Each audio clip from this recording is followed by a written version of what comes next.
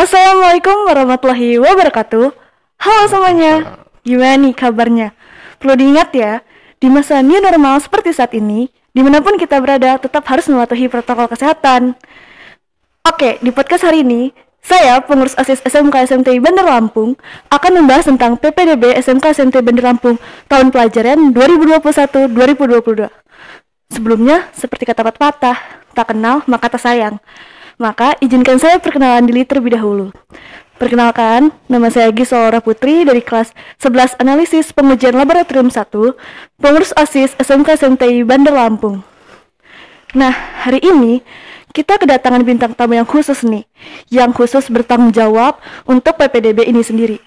Nah, mungkin untuk Bapak Rahmat bisa perkenalan diri terlebih dahulu, Pak. Baik,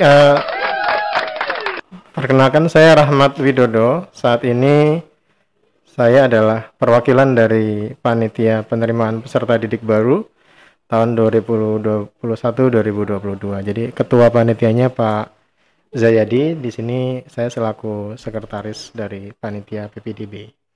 Oke. Gitu. Nah, seperti yang kita tahu ya kan Pak, SMT sekarang ini lagi buka pendaftaran peserta didik baru. Nah, apa sih yang buat peserta didik baru ini harus memilih SMTI atau istilahnya keunggulan dari SMTI sendiri ini, Pak?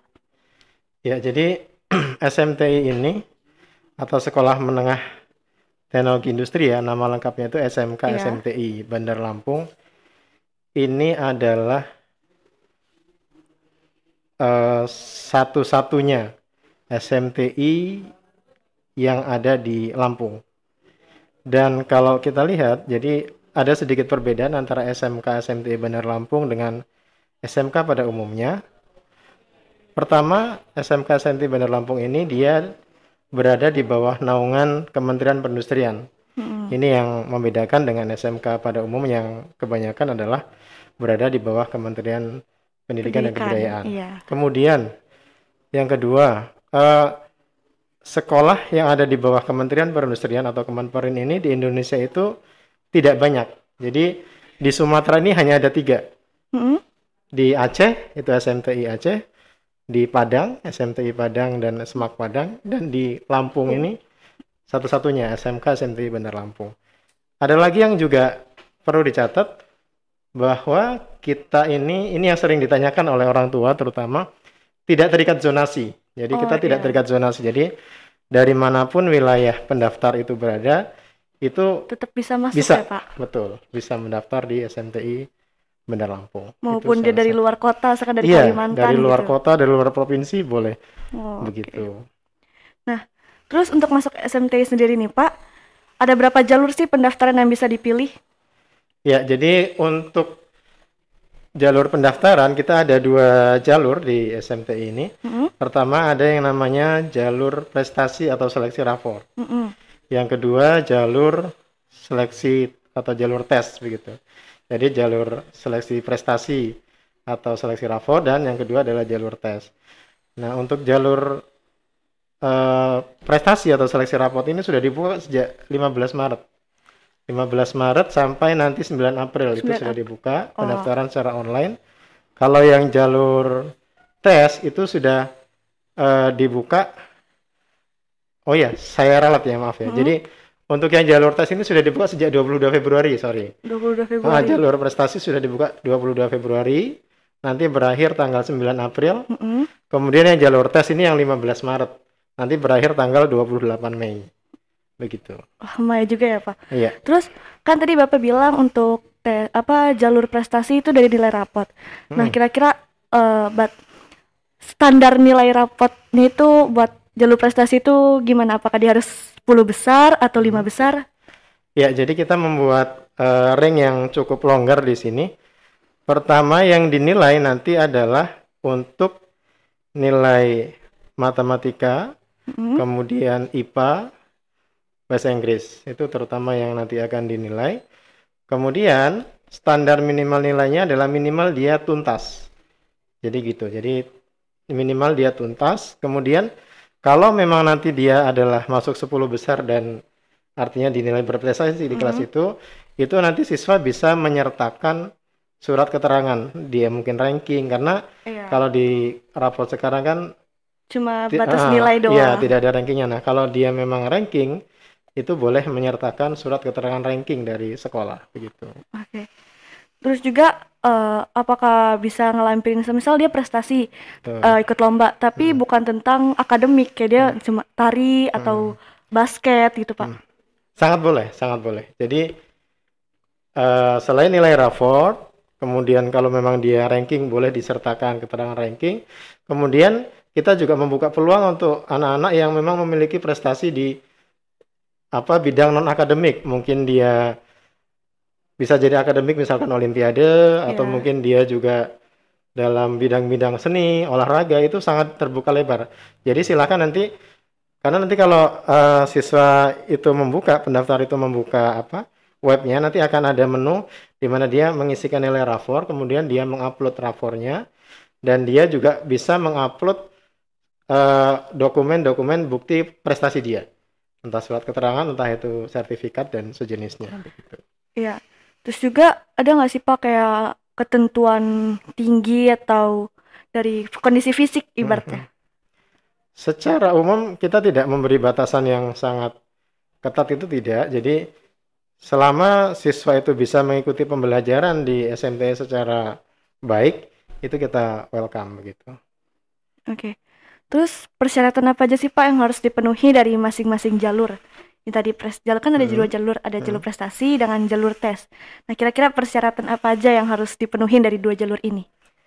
Jadi kalau nanti siswa bisa buka ya di web SMTI BDL, Ya. smtibdl.sch.id ya. Nanti Ya. di sana ada ketentuan ketentuan umum. Jadi ketentuan umum siswa yang bisa mendaftar ini saya bacakan karena cukup ada beberapa butir. Yang pertama, dia lulusan SMP atau MTS sederajat dengan usia maksimal 20 tahun pada bulan Juli. Jadi kalau lewat dari 20 tahun mohon maaf, sepertinya perlu mempertimbangkan jalur lain. Okay. Yang kedua, miliki minat dan bakat yang kuat dalam bidang IPA, kimia, fisika, biologi, dan matematika. Karena memang kita masuk ke rumpun rekayasa ya, teknologi dan rekayasa dalam SMK. Kemudian dia tidak buta warna total atau parsial. Nanti itu dibuktikan dengan surat keterangan dari rumah sakit pemerintah atau dari puskesmas. Kemudian dia juga nanti sehat jasmani rohani. Kemudian nanti juga dibuktikan dengan surat keterangan sehat dari rumah sakit rumah sakit pemerintah atau puskesmas. Kemudian mengikuti seluruh rangkaian tes yang dilaksanakan oleh panitia. Dan yang paling penting ini belum pernah tercatat sebagai siswa SMTI Bandar Lampung. Jadi kalau sudah lulus alumni nggak semisal dia lagi, ya. habis di drop out terus daftar lagi gitu ya kan Pak? Begitulah kira-kira. Jadi belum pernah tercatat. Oke. Terus juga kenapa kan mungkin banyak nih ada adik-adik yang mungkin kenapa sih harus tes buta warna gitu? Ya. Jadi sebagai gambaran SMT ini kan punya dua jurusan ya. Jadi ini saya agak tambahkan informasi. Kita punya dua, kalau sekarang istilahnya kompetensi keahlian, tapi gampangnya yang namanya jurusan. Ada jurusan analisis pengujian laboratorium atau APL, dan ada satu lagi jurusan kimia industri. Nah, kedua jurusan ini akrab dengan aktivitas di laboratorium yang melibatkan warna yang beragam. Nah, warna yang beragam itu masing-masing warna punya makna yang berbeda-beda, menunjukkan angka atau menunjukkan sifat yang berbeda-beda, sehingga memang kemampuan siswa dalam membedakan warna ini menjadi mutlak untuk menghindari hal-hal yang tidak diinginkan, karena misalkan dia tidak bisa membedakan satu warna dengan warna yang lain. Itulah kenapa memang ini menjadi syarat wajib bahwa siswa itu bebas buta warna. Oke. Begitu. Terus kira-kira dari setelah kan itu ada dua jalur Pak, ada tesnya nggak sih buat pendaftaran? Terus juga sistem tesnya itu gimana? Ya, jadi kalau yang jalur prestasi ini dia non tes, jadi dia tidak ada tes, dia hanya nanti mengisi mendaftar, membuat akun, mengisi form online, mengupload dokumen pendukung yang nanti disebutkan di webnya, kemudian dia nanti melewati proses verifikasi, yang lolos verifikasi berkas itu nanti akan dipanggil dengan membawa berkas fisik. Jadi kan ketika mendaftar jalur prestasi ini itu dia mengupload berkas file foto, misalkan file pas foto, file surat keterangan, file rapot, file foto rapot dan seterusnya itu diupload. Nanti akan kita verifikasi, kita seleksi. Bagi yang lolos itu nanti akan diundang ke sekolah dengan membawa berkas fisiknya. Oh, berkas yang aslinya Ya, gitu ya, Pak. berkas aslinya akan dibawa, dicek, diverifikasi, kemudian kita cek juga buta warnanya, akan kita cek ulang. Istilahnya ada tahap verifikasi online dan verifikasi fisik. Nanti begitu dinyatakan lolos, maka dia akan daftar ulang. Itu yang jalur prestasi atau seleksi rapor. Nah, yang jalur kedua ini dia namanya jalur tes ya, atau jalur umum. Nah, jalur umum ini tahap pendaftarannya mirip atau sama dengan prestasi. Jadi dia membuka web online pendaftaran, membuat akun, mengisi formulir, mengupload dokumen yang sama, kemudian dia nanti akan mengikuti tes. Nanti akan diumumkan siswa yang terdaftar dan harus mengikuti tes sesuai jadwal. Kalau di jadwal itu dia tanggal 7 sampai 8 Juni. Oke. Nah, itu dites. Yang dites apa? Nah, ini yang biasanya banyak yang ditanyakan. Iya, benar. Ya, yang dites itu nanti ada sebentar. Jadi dia ada tes bakat tes bakat skolastik dan tes akademik. Termasuk di dalamnya ada TPA ya, tes potensi akademik, kemudian nanti ada tes yang sifatnya mata pelajaran. Oke, matematika, bahasa Indonesia betul, gitu ya, Pak. matematika, IPA. Nah, itu terutama itu nanti akan dites di sana. Kira-kira begitu. Itu yang jalur tes. Tes online. Nah, untuk jalur tesnya itu kita online atau offline? Kalau misalkan kayak di zaman saya tuh waktu saya masuk kita offline gitu, Pak. Betul. Atau ini kita kayak online kayak tahun kemarin atau gimana, Pak? Ya, jadi begini kondisinya, karena kita sedang kondisi pandemi ya. Iya. Kita kondisi pandemi, jadi sejauh ini perencanaan kita akan lakukan secara online. Iya. Tapi apakah nanti ada perubahan kondisi atau bagaimana, itu nanti akan diumumkan teknisnya menjelang pelaksanaan ujian. Iya. Nah, karena memang kita merancang ini memang untuk kondisi pandemi ya, Jadi memang kita rancang agar aman, sehingga kita rencanakan nanti tesnya itu secara online. Teknisnya seperti apa, itu nanti akan diumumkan menjelang hari H pelaksanaan. Oke. Gitu. Terus juga mungkin tadi kan Bapak sempat nyebut tes skolastik ya. Nah, mungkin banyak dari kita yang masih awam, apa sih tes skolastik itu gitu, Pak? Ya, jadi tes skolastik ini adalah tes yang sifatnya dia menggali kemampuan dasar siswa. Ada tes penalaran visual, tes penalaran numerik, dan tes analisis verbal. Jadi mudahnya beginilah. Penalaran visual itu artinya kemampuan siswa memahami gambar itu seperti apa, visual. Iya. Kemampuan dia menerjemahkan visual yang dia lihat begitu ya. Jadi kalau dikasih diagram dia ngerti nggak? Nah, itu kira-kira. Iya. Kemudian penalaran numerik ini berarti kan kemampuan dia menghitung angka-angka. Kemudian verbal ini berarti kemampuan dia menganalisis secara verbal, istilahnya kata-kata, narasi. Nah, itu kemampuan dia secara verbal. Kira-kira itu ranah dari skolastik. Oke. Terus juga kan tadi Bapak nyebut tuh ada 2 jurusan, APL dan KI. Nah, mungkin buat adik-adik sekalian masih bingung, apa sih bedanya 2 jurusan ini, Pak? Gitu. Jadi sesuai namanya, yang pertama analisis pengujian laboratorium.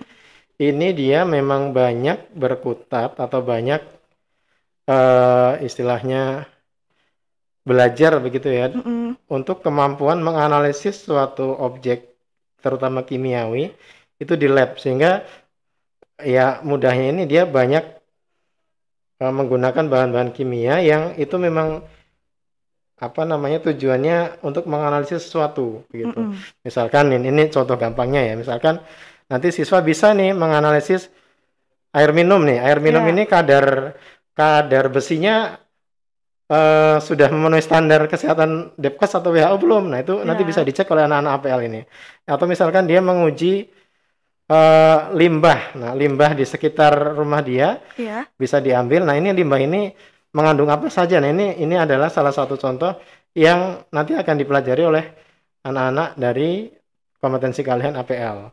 Oke. Kemudian kalau KI bagaimana? Kalau KI ini kalau di kuliah itu istilahnya teknik industri ya. Teknik kimia, sorry. Teknik kimia. Nah, kalau KI ini dia lebih banyak bergelut di instrumennya, peralatannya. Kalau tadi di APL itu lebih banyak pada zatnya. Kalau KI ini lebih banyak berkecimpung pada tekniknya gitu ya. Tekniknya, instrumennya, peralatannya, nah itu biasanya akan banyak dipelajari di kimia industri itu.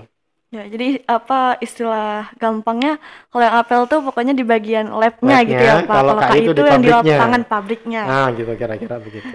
Nah, itu juga Pak, mungkin banyak dari kita kan nggak mungkin ada beberapa dari kita nggak tahu gedung sekolah SMT itu di mana. Terus fasilitas apa aja yang ada di SMTI gitu Pak. Jadi SMT ini ada di jalan utama ya, termasuk jalan utama di Bandar Lampung ini ada di Jalan Sudirman, Jenderal Sudirman, nomor 43. Jadi kalau barangkali ada yang dari luar Bandar Lampung ya, patokan paling gampang itu patung Adipura ya, Tugu Adipura atau patung Tugu Gajah ya. Nah, itu. Pokoknya kalau dari di sana nyari SMT udah ketemu, nanya orang di sana. Jadi udah dekat, paling sekitar 500 meter ya. 500 meter. Kemudian apa fasilitasnya? Nanti mungkin bisa dilihat di webnya juga. Kalau kita lihat di brosurnya juga nanti bisa kalau ada yang berkunjung atau silakan berkunjung ke SMTI bisa diperoleh brosurnya atau buka webnya juga boleh, smtibdl.sca.id. Ini salah satunya misalkan di sini kalau dari sarana lab ya, ada laboratorium proses, instrumen, lab, kemudian lapangan olahraga, laboratorium programmable PLC ya, kemudian ada laboratorium OTK, operasi teknik kimia, kemudian kita wifi full untuk seluruh sivitas akademika, itu bebas akses internet gratis, lab mikro, lab komputer, lab analisis lengkap, perpustakaan, kita juga sudah punya lembaga sertifikasi profesi mandiri, LSP punya kita sendiri, kita punya medical center, ada lab bahasa, ada juga pusat pelayanan publik, ada musola, ada AC, lengkap ya seluruh fasilitas kita insya Allah sangat mendukung, menunjang untuk pembelajaran siswa itu dari sisi fasilitas. Oke. Terus nih Pak, ada masuk pertanyaan. Kira-kira kalau praktikum di labnya itu bayar atau enggak sih? Mungkin mesti mikir kan, takutnya cuma biaya masuk atau belajar di kelas aja, terus di labnya ternyata bayar lagi gitu. Jadi SMTI ini karena dia adalah satu dari 9 sekolah yang ada di Indonesia di bawah Kemenperin ya, jadi alhamdulillah kita banyak mendapatkan subsidi dari pemerintah. Jadi kita siswa itu hanya dibebani SPP itu 100.000 per bulan atau 600.000 per semester. Tidak ada biaya lain. Artinya ketika praktik ya kita alat sudah ada, bahan tidak perlu membayar lagi dan sebagainya. Kira-kira mungkin termasuk yang paling murah saya rasa ya, karena dengan peralatan fasilitas yang selengkap ini begitu. Iya, dengan peralatan yang ibaratnya cukup mahal alat-alat labnya itu. Betul. Jadi buat adiknya gratis. Jadi kalian tinggal masuk, belajar yang benar gitu, lulus dengan nilai yang terbaik. Betul. Juga Pak, kalau kita lihat dari Instagram SMT sendiri nih, ada sedikit menyinggung tentang dual system. Nah, dual system ini sendiri apa sih Pak? Terus apa bedanya dual system ini dengan kelas reguler? Ya, jadi nanti mungkin ini saya beri gambaran umum saja ya, karena nanti mungkin penjelasan lebih dalam barangkali nanti ada sesi khusus membahas tentang dual system. Jadi sesuai dengan namanya, dual system ini adalah program yang mengoptimalkan siswa itu agar lebih banyak atau porsinya itu jauh jauh lebih banyak itu di industri atau di perusahaan. Kira-kira begitu. Jadi bedanya kalau reguler itu dia pembelajaran itu masih cukup banyak melibatkan pembelajaran di kelas.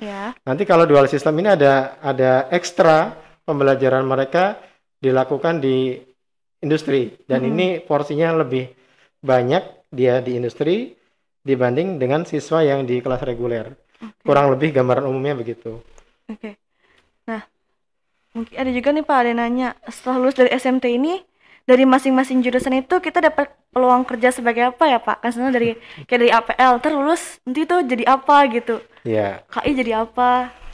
Ya, jadi nanti bisa diakses di webnya juga. Kalau di sini kita bisa lihat ada cukup banyak atau bahkan sangat banyak industri yang menjadi rekanan dari SMTI Bandar Lampung. Maka nanti silakan kalian belajar sungguh-sungguh atau siswa belajar sungguh-sungguh.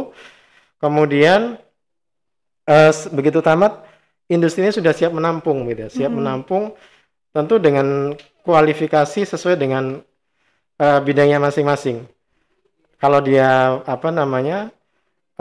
APL itu kebanyakan memang dia akan bekerja di laboratorium. Di laboratorium lab itu lab apa saja, selama perusahaan itu punya laboratorium kimia, maka peluang siswa alumni SMT ini besar untuk bisa bekerja di sana, berkarir di sana. KI juga demikian, kimia industri. Nah, terakhir nih Pak, tadi karena Bapak nyinggung tentang perusahaan, bisa kasih tahu sedikit gitu Pak, perusahaan mana aja sih yang kerjasama dengan SMTI? Mungkin nanti adik-adiknya langsung bisa ngecep gitu, masuk SMTI ini, nanti mau masuk kerja langsung di sini gitu.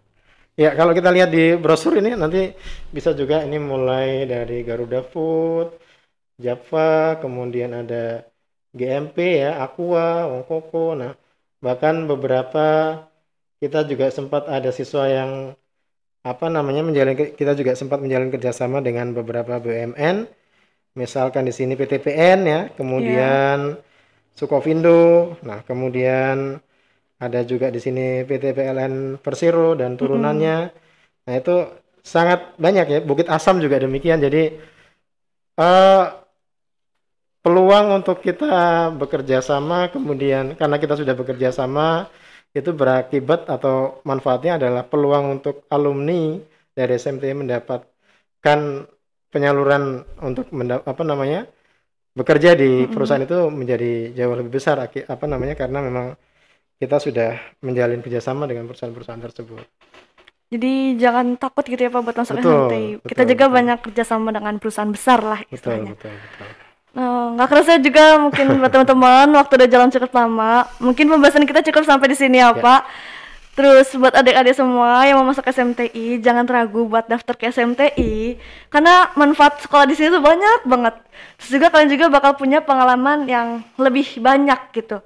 Kalian bisa belajar tentang lebih banyak dari teman-teman SMK kalian yang lain gitu. Ibaratnya spesial sekolah kita tuh. Cuma ada 9 ya di Indonesia, dan kita satu-satunya yang di Lampung. Nah, mungkin buat teman-teman semua, adik-adik semua yang pertanyaannya belum kejawab, bisa langsung komen di kolom komentarnya YouTube.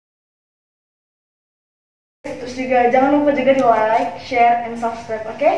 Oke, makasih juga buat Bapak untuk waktunya. Ya, sama-sama, terima kasih banyak. Assalamualaikum warahmatullahi wabarakatuh. See you.